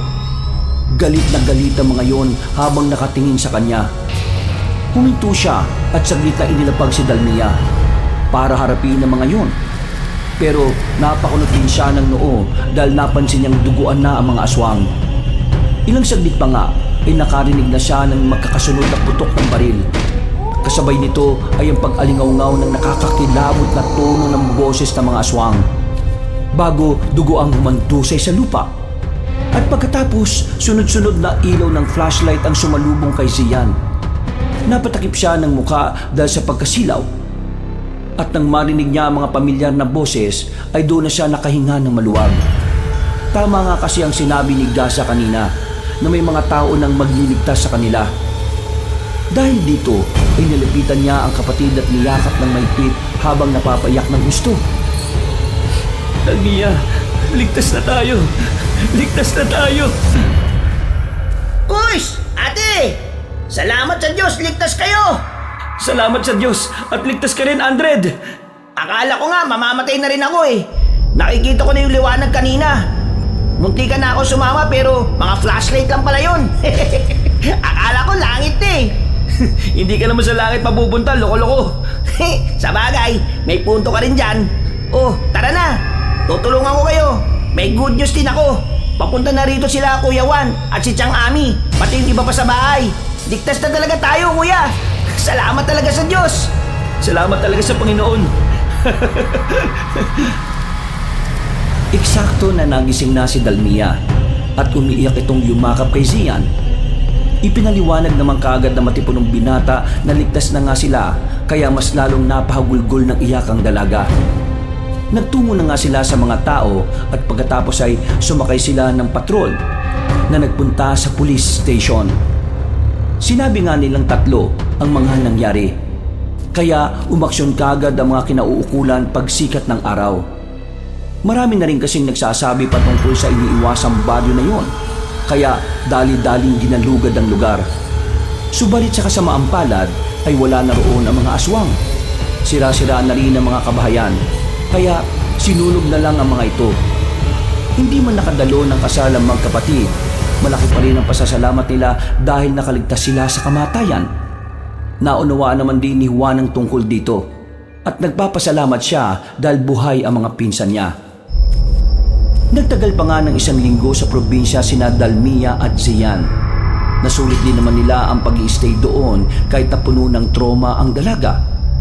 Pag-uwi sa Maynila ay hiniling ni Zia na magpakita sa kanya si Diwa. Kapag ginawa ko ang sinabi mo, yun na ang huli nating pagkikita. Ganun nga ang gusto ko mangyari. Gusto ko na rin palayain ang sarili ko sa mga bagay na mahiwaga. Gusto ko mamuhay ng normal, katulad ng ibang tao. Sigurado ka na ba? Siguradong sigurado na. Hindi ka na magkakaroon ng mga pangitain kapag nawala na ako. Nagpapasalamat ako sa iyo, Diwa. Dahil simula ng bata ko, hanggang ngayon, nandito ka para sa akin. Pero gusto ko talagang mamuhay ng tahimik. Mangyayari lang yon kung wala akong malalaman sa hinaharap ko. Hahayaan ko na lang ang Diyos na kumilos sa buhay ko, sa kinabukasan ko, Diwa. Kung ganon, mangyayari ang gusto mo, Sian. Nagpakita nga sa kanya ang magandang babae na bigla na lang lumitaw sa bakuran ng kanilang bahay. Ngumiti yun, saka lumapit at yumakap. Nakapagpaalam na sila at pagkatapos ay tuluyan ang naglaho na parang bula si Diwa. Simula nga noon ay tila naging normal na lang na tao si Zian. Hindi na siya dinadalaw ng bangungot.